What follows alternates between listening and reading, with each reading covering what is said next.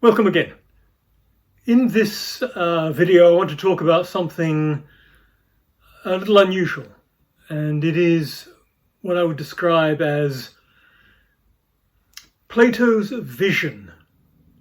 Because what Plato is presenting is not merely philosophy in the way that it is currently academically described. What Plato is doing is presenting a vision of life and also of death. Now, that's not something that is described very frequently in academic philosophy departments for obvious reasons. It doesn't seem to be philosophy per se, not in a modern sense. But it's very important for understanding Plato, and it's very important for understanding what happened to Platonism in what's called the Common Era, that is 0 AD to, say, 400, 500 AD. That period merged Plato's visionary aspect and his philosophical ideas into one thing that is now called Neoplatonism. Neoplatonism. And if we're going to understand that at all, we need to understand its origins in Plato. So I'm going to leave the criticisms of the middle period forms until the next video, but in this video I want to describe in more detail, since you're likely not to hear it if you're at a university from anywhere else, because if it's not done in a philosophy department, then it wouldn't be done at all. So I want to describe for you this idea that's behind Plato's visionary aspect, and it goes back to what I was describing several videos ago of what is called orphism. Okay, so here goes. To get the idea of Plato's vision, I want to read you something from the Symposium. Now, we've gone through all of these different symposia guests who have talked about their favorite theory of love. Socrates outlines his idea through an interaction with the one who taught him, he says, and that is a priestess by the name of Diotima. And she lived in a city called Mantinea, which is in Arcadia, not very far from Sparta, to the north of Sparta. And we have a rough date for when this meeting might have taken place between Socrates and Mantinea, because Mantinea was destroyed by the Spartans in 385 BC. So whenever this meeting took place, it has to have been more or less in Socrates' youth, which is exactly how it's described by Plato in this dialogue. Socrates, as a young man, meets Diotima and then is instructed on what love, because that's where the thing really starts, on what love really is. What is love? Well, having gone through all of the symposiasts, we get finally to Socrates, where he lays out his long idea about love. Diotima says to Socrates, love is nothing more, I'm shortening this enormously, love is nothing more than an appreciation for the beautiful. What you find beautiful excites you to love, which means it excites you, as it were, primevally to procreation. Love is as it were, the divine madness that leads to you to procreation. Your desire to procreation is with what you find beautiful. So the beautiful is, and this procreation can be something not merely the production of offspring, which is the enormous part of it, say 80-90% of it. It's not just that, it's also the procreation creatively. The idea that one might be inspired by beauty to create works that are beautiful, artworks, or even scientific works, or even philosophical works, is part of this vision that Diotima gives to Socrates, and which he then internalizes for himself. It is his idea from thereafter. So, how does this bring in the forms? Well, here goes. This is the right way of approaching or being initiated into the mysteries of love. To begin with examples of beauty in this world and using them as steps to ascend continually with that absolute beauty as one's aim. From one instance of physical beauty to two, and from two to all. Then from physical beauty to moral beauty, and from moral beauty to the beauty of knowledge, until from knowledge of various kinds one arrives at the supreme knowledge whose sole object is that absolute beauty, and knows at last what absolute beauty is. This above all others, my dear Socrates, the woman from Mantinea continued, is the region where a man's life should be spent, in the contemplation of absolute beauty. That's the symposium. I recommend it. Have a look at it, and you can get the entire idea. It leads up to this idea. So to break this down into the forms. So you see someone beautiful, and then you see another person beautiful, and you extract from this to the idea that of the more people who are beautiful, and you extract from that the idea of physical beauty. That's your first step. And it takes you to the form, if you like, of physical beauty, because you have a many, which is distributed among a one, which is distributed among the many, physical beauty. Then you go from that to moral beauty, and then from that to the knowledge of beauty. And from there you take steps to the big one, to collecting all of these together, the forms of all of these together, into the form of those forms, which is the form of beauty itself.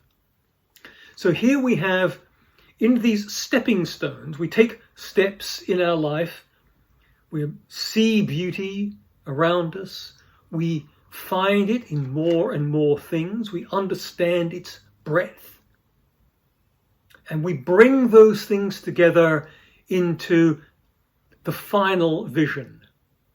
And the final vision, the step that takes us to the form of all of those forms, is the form of beauty itself. So, that is what the purpose of our life should be. And go back to the cave analogy that I discussed last week. You come out of the cave. Now you're surrounded by the intelligibles, the forms. These forms have to be unified together. They are forms. They have the, if you like, all of these forms have themselves a form, the form of the forms. Because they are all forms, there has to be a one which is their form. What is the form of all of those forms, all of those intelligibles? Well, in the cave analogy, it is the good, that which Socrates describes for us, Plato-Socrates, that which Plato-Socrates describes for us as beyond being.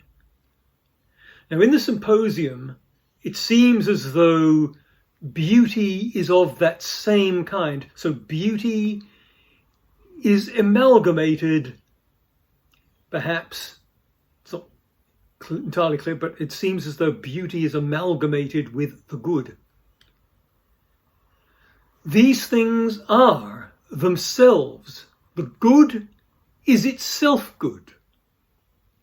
The form of the beautiful is itself beautiful. And so one can contemplate these things as not just another beautiful object, but as the very epitome, the very representative, the exemplar, the form of the beautiful.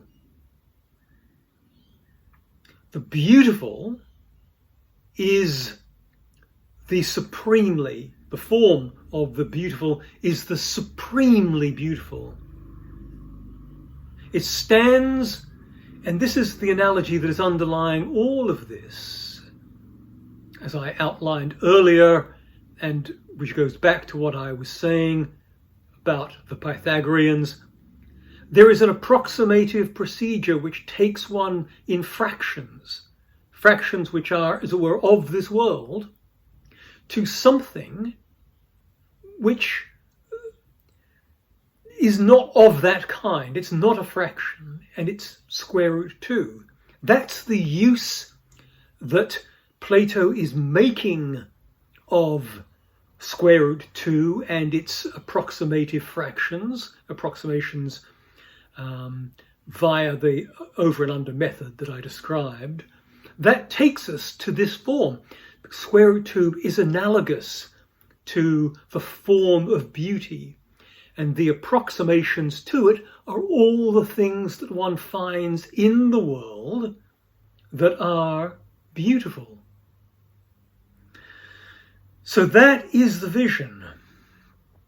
It's not just a vision in philosophy. In fact, it's not really, thus far, it's not really what philosophers say about the forms. It's a different view of the forms. It's a view of the forms which combines together a number of elements which are meant to give us something which is the core of life, the core meaning of life, the contemplation of the forms. When you leave the cave, you are in a world of forms. The form that illuminates all of that is the form of the good. And when you look at it, because remember, he thinks you can look at that form, what you see is the good itself. It is a radiant vision of the good. And here it is a radiant vision of the beautiful. The idea is almost forget the earthly manifestations. Once you ascend this ladder, forget the earthly manifestations of beauty. They are as nothing compared to the form of the beautiful, which awaits your discovery and contemplation. And once you go to that step, everything else melts away as of nothing, as trifling matters. You forget all of these earthly instances. You'll only be concerned with that grand idea of the form itself. It's quite something. Once you understand Plato's idea, it's not clearly what most philosophers talk about when they talk about the forms. In fact, do they ever talk about this? Well, I'm sure that there are many that do, but they must be rather few, because certainly in the standard education in philosophy, you won't get this idea at all. But okay. It's a visionary idea, and it involves a visionary quest, and it is taken up rather heavily, that is, I mean, rather completely, in the development of Platonism, which occurred in the new millennium after Christ's birth, in the AD period, and that is under the Neoplatonists. Now, we'll come to that, although I'm not going to be able to do it justice, because it's a vast 500 and more years of history, but I'm going to come to it because it's not done enough, and Plotinus at least should be understood and covered in the way in which this view developed. The other thing that became more clear, as it were, was forced out into the open in that period, in the Neoplatonist period, was the reliance of Plato earlier on the Orphic mysteries. In the Orphic mysteries, you are led into some kind of mystical engagement, perhaps underground. You are led to learn certain verses and to say certain verses. And your initiation into that mystery is meant to prepare you for death. And there is every evidence that Plato himself was an initiate to this Orphic mystery, and perhaps to other mysteries as well. There were others. The Eleusinian mystery was another and related to it, and he may well have been initiated into that as well. It's not clear. But it is clear that he did have this Orphic initiation for this reason. I'll come to it. I said when I was talking about the Orphic mysteries, that there's a sort of a genealogy of the gods. There's an order in which the mythology of the gods proceeds. And I didn't give it in detail, but it's, as I did say, that it starts with Phanes. The original god, Phanes, born out of a cosmic egg as a helmeted warrior entwined by a snake. There are representations of this, and I'll try and find you one and put it up here. Phanes is the original first god. Now, there are 6 generations of gods. These are, if you like, the gods of the gods, the leading gods. 6 generations. It starts from Phanes and then is replaced by sometimes his wife, sometimes his daughter. These things are always malleable in Greek mythology, as we'll find out again. He's replaced by his wife, Night. You should remember that. If you've been following these lectures from the beginning, Night, you remember, is the god that Parmenides meets, the one who initiates him in his mysteries. Now, Night is called Nyx, Nyx. That's the second god. The third god is Uranos. Uranos. I'm not going to go into that mythology, but Uranos then has his kingship. Uranus is the third, by the way. Uranus has his kingship then taken by Kronos. Kronos. This is the birth of time. And then Kronos gives birth to Zeus. And then there's this complicated story about how Kronos wants to kill his children so that he's not supplanted as a god. He's tricked in this. and Zeus survives to become God. And then we're into something more like the Hesiodic story of the gods. Athena, early on, is born from the head of Zeus and becomes his agent and also to some extent his protector. And this is not merely classical Greek. This goes back to the Mycenaean Greeks, back to 1200, 1300, 1400 BC. This is ancient. So we come to Zeus. Now, Zeus, gets complicated.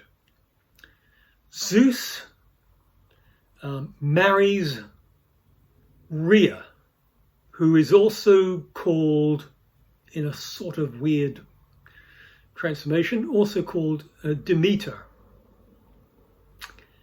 And he has a daughter by Demeter, and that daughter is Persephone. Persephone is raped by Zeus and also by Hades, Zeus's brother. To Hades, she gives birth to the Furies, which for the Greeks were an ancient race of gods that came from the earth because they are the daughters of Hades. To Zeus, she gives birth to Dionysus. Now, Zeus has the kingship of the gods. When Dionysus is just a baby, Zeus hands over the kingship of the gods, which is symbolized by his scepter, hands that over to Dionysus. Zeus's wife, who is Gaia, Zeus's wife is jealous of the fact that Dionysus is Persephone's son and the fact that Zeus has now very rapidly made Dionysus the new king of the gods. Gaia is jealous and sets the Titans by bribery, sets the Titans on to Dionysus to kill him as a baby. The Titans, remember Prometheus is a Titan, there were a whole generations of Titans.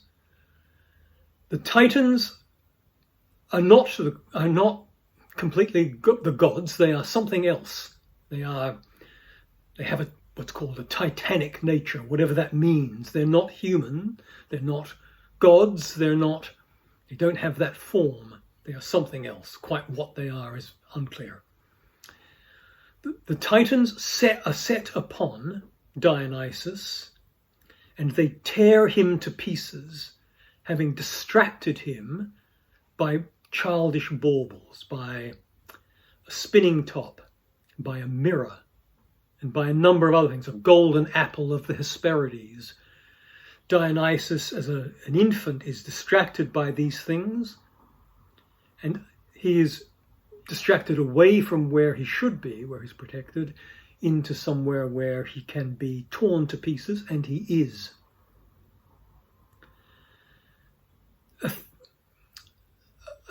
Ariadne, I think it is. It's Athena. Athena sees what has happened, and in this process of, after he's been torn apart, she reaches in and grabs Dionysus's heart to save it. The limbs of Dionysus are put into a large pot and boiled up for eating. To get rid of their crime, any evidence of their crime, the Titans intend to eat Dionysus, which they do. By this point, Zeus has become alerted to this crime, and he fires a thunderbolt at the Titans. And the Titans are burnt to a cinder. And here's the crux. Out of those cinders emerges the human race.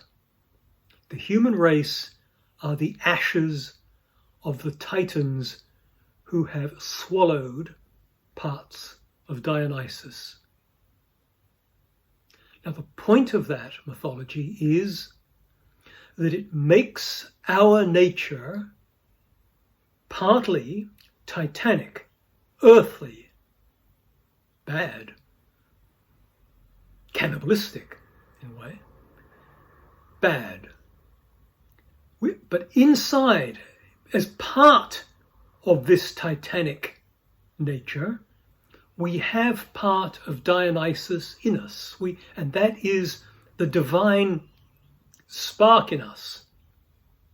It's divine because it is there in virtue of the Titans having eaten Dionysus.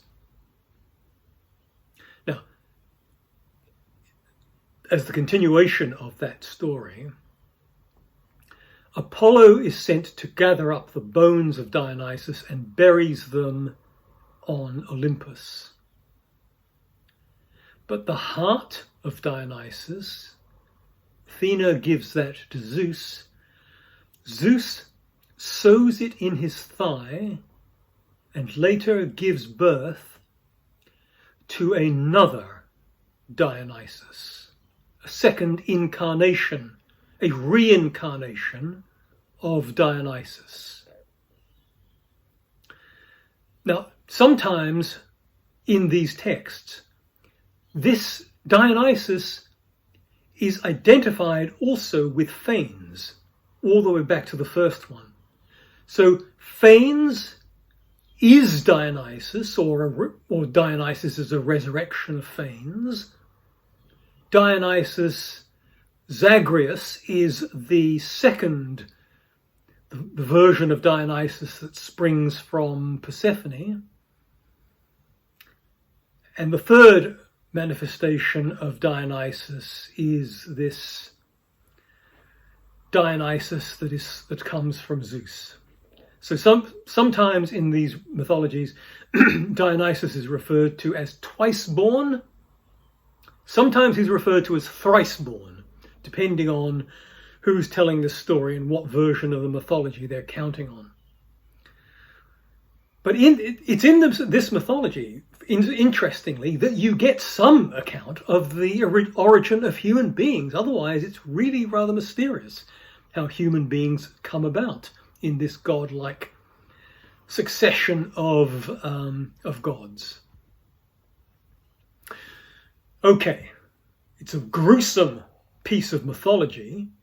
It's possibly early, because Dionysus is early. Dionysus is again listed in the same places where one finds Mycenaean lists of gods. And there you have Zeus and Athena, and you also have Dionysus. So Dionysus is not a new god. Dionysus is, for the Greeks, at least a Mycenaean god. And we don't know how far back that goes. But, you know, there is a false view that Dionysus is a late introduction into Greece. The enthusiasm for Dionysus might be late, but Dionysus himself is not late. The mythology is at least the 6th century BC because it's tied to Orpheus and the Orphic hymns, and they're known to go back to the 6th century BC. As I said, Orpheus is referred to as the famous Orpheus, even in the 6th century. So he goes back further than that. And he's tied to this very early story of the Argonauts, which takes you way back in time. So these mythologies are placed far back. Now, Why do I say that this can be tied to Plato? Because as I said, there are 6 generations of gods leading up to Dionysus. Plato says, and again, this is in Guthrie's book, Orpheus and Greek Religion. When it came out in 1935, one has to say that Guthrie was out on a limb in much of this, but subsequently much of what he says has been proven true. There have been discoveries in the last 30, 40 years, going back in fact to the 70s, which is way after Guthrie's book, in which there have been discoveries in grave sites. Their Orphic hymns have been found in fragments. So much of what Guthrie says and attributes to this early period has been verified since Guthrie's book by subsequent archaeological discoveries. So we have good reason. It's not a late thing, it's early.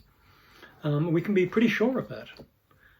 Okay, so what does Plato say which refers then to the Orphic mysteries that would make us say that he, not only does he know them, but that he might be an initiate himself? He says, this is in the Philebus 66c, line 66c, he says, and in the 6th generation bring to a close the order of your song. And in the 6th generation bring to a close the order of your song. Well, whose song? Orpheus's. He's the one who's singing these songs. They're his hymns, and Plato knows them. And it's in the 6th generation that these are brought to a close. They are brought to a close with Dionysus.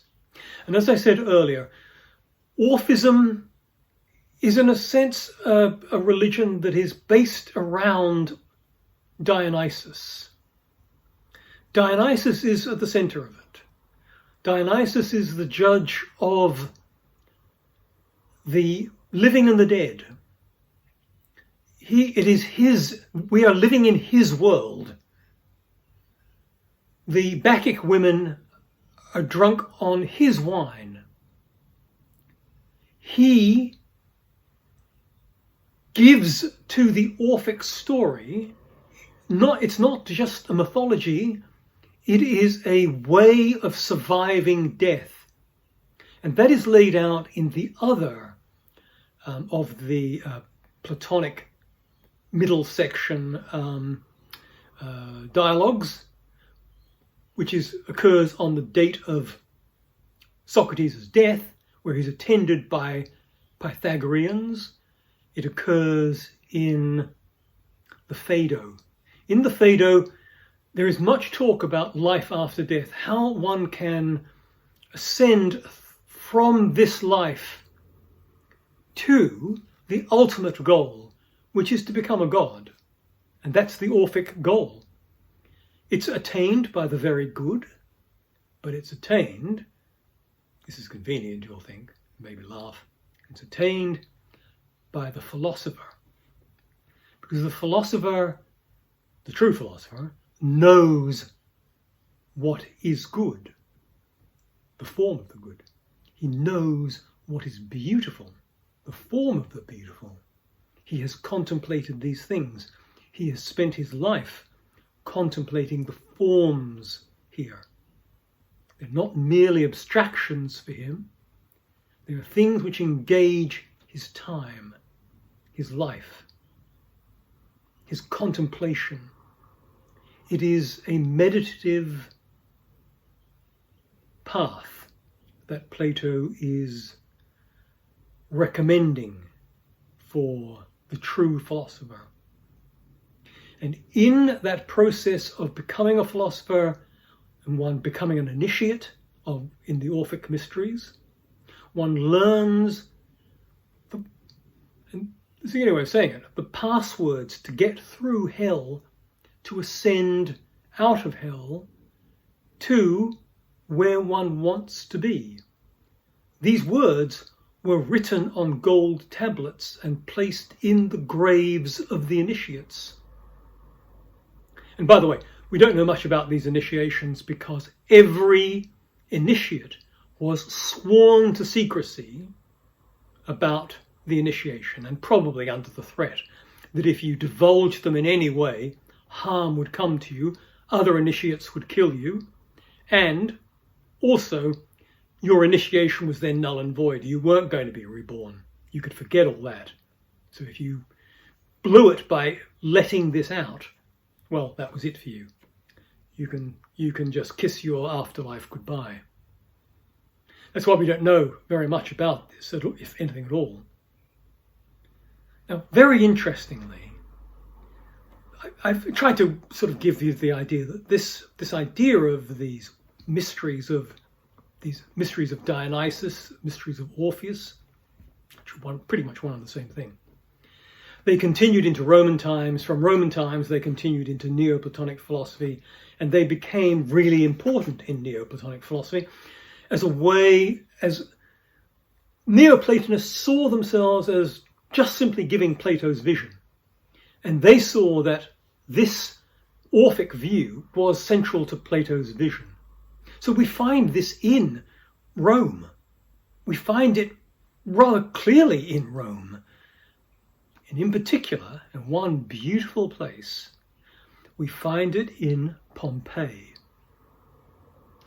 There is a villa, a very large villa. I'll put it up here. There's a very large villa called the Villa of the Mysteries. The Villa of the Mysteries. A horse was found in the Villa of the Mysteries with its harness on, encrusted in lava, as so many of the victims were, just frozen in place with this lava, not frozen, of course. There was a girl found in the doorway, completely encrusted. Terrific. But there was one, because of the vastness and because of the strength of this villa, it was largely saved. So it was buried under lava, but the rooms were not destroyed. And there's one room of the Villa of the Mysteries which is entirely given over to a fresco on all sides of this room, this large room. It's a fresco on all sides dedicated to Dionysus. It leads us through a woman who seems about to undergo the mysteries, through to those who are taking her into it. They're wearing ivy leaves. That's a symbol of their being emissaries, servants of Dionysus. They're led to, first of all, to seeing the satyrs who are accomplices of Dionysus. Continually, Silenus is continually a companion of Dionysus. Sort of by the way, there's a similarity between Silenus and Socrates. Snub nose, balding. It's hard to tell the difference between Socrates and Silenus.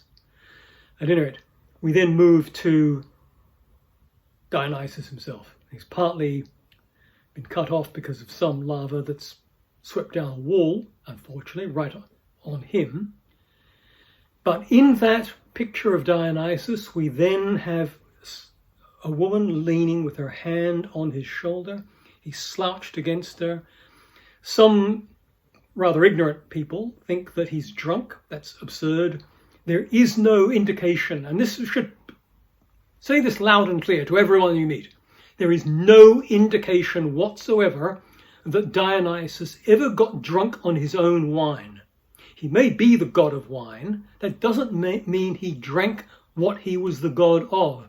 He's not a drunkard god. Please learn that. He's not a drunkard god. He is one who leads others into intoxication. And he does in this frieze on the walls. You see He's the centerpiece of it all. He has the woman who has her hand draped over him. We don't know who it is, but it's possibly Ariadne, because on Naxos Island, Dionysus married, having ravished her, of course, married Ariadne after she was abandoned by Theseus. She was no sooner abandoned by Theseus than she becomes the object of Dionysus's lust, and that's then the second story where he marries her. That's the second part of that. Now we move from that on the frieze, we move to the part where there seems to be something going on which is very hard to understand.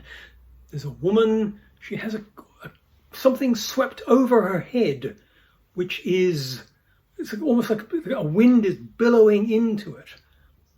It's over her head, and somehow she is doing something with something that is about to be revealed on the ground. What that is, we don't know, because it's like the Holy of the Holies. We don't see it. There's only, as it were, a skirt lifted up to see it. It's not enough. And then there's a woman who's holding back a whip, and she's about to whip someone. And the person that she is about to whip is being held naked, at least the back and buttocks, on the next wall, facing her. So she is about to be whipped. Now there is a story in the Bacchic story of these bacchantes, these women who are part of this Bacchic following, that they whip themselves into a frenzy. Well, here, this seems to be part of that initiation ceremony. She is about to be whipped herself.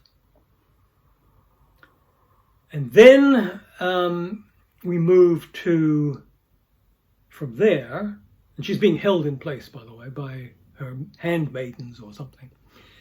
And then we go to another frieze. There's a window, large window. And then on the other side of the window, we come to a young woman who's about to get married. Now, it's quite likely that that's the beginning of the frieze, properly. The woman is about to get married.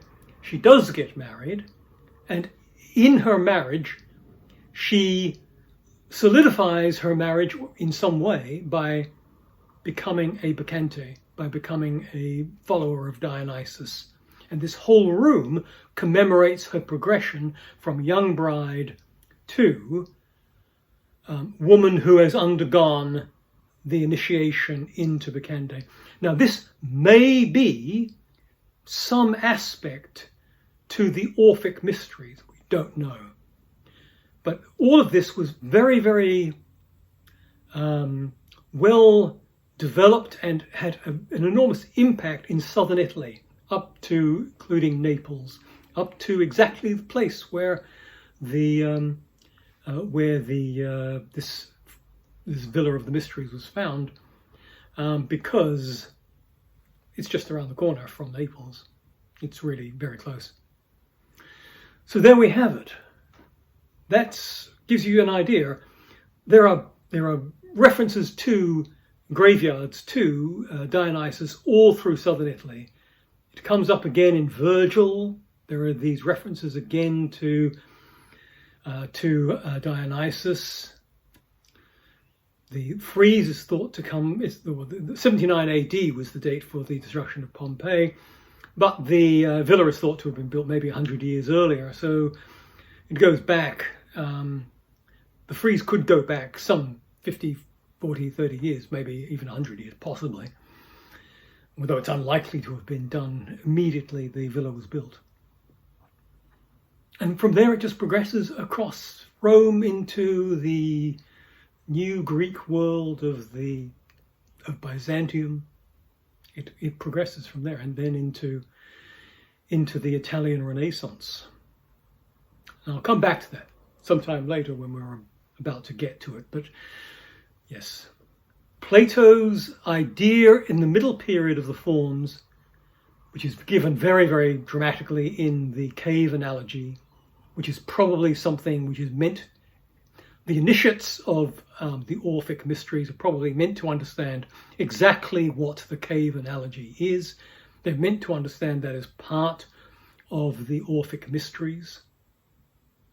The emergence into the outer world, the emergence into the world where you see the things themselves, the forms.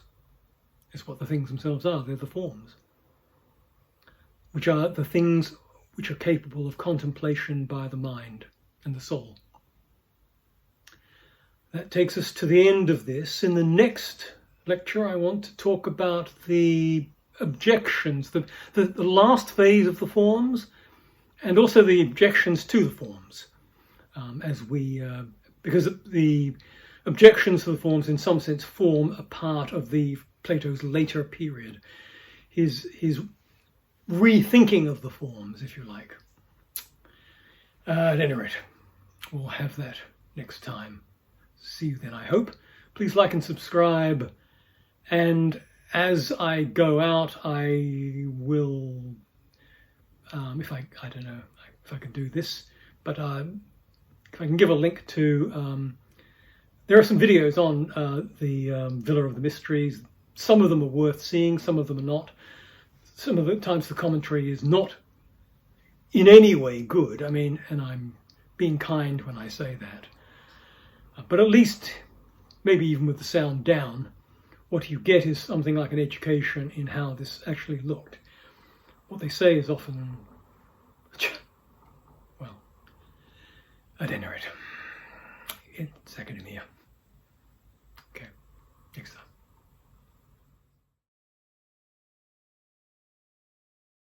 I just want to end on this meme from The Matrix. It's going around, you may have seen it. It's pretty much taken almost word for word, not quite, but almost, from the cave, from Plato's cave analogy, from the end of it.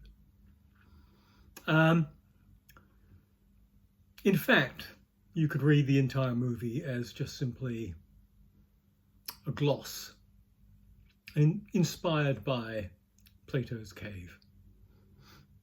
May that make it more interesting for you in the future, or less.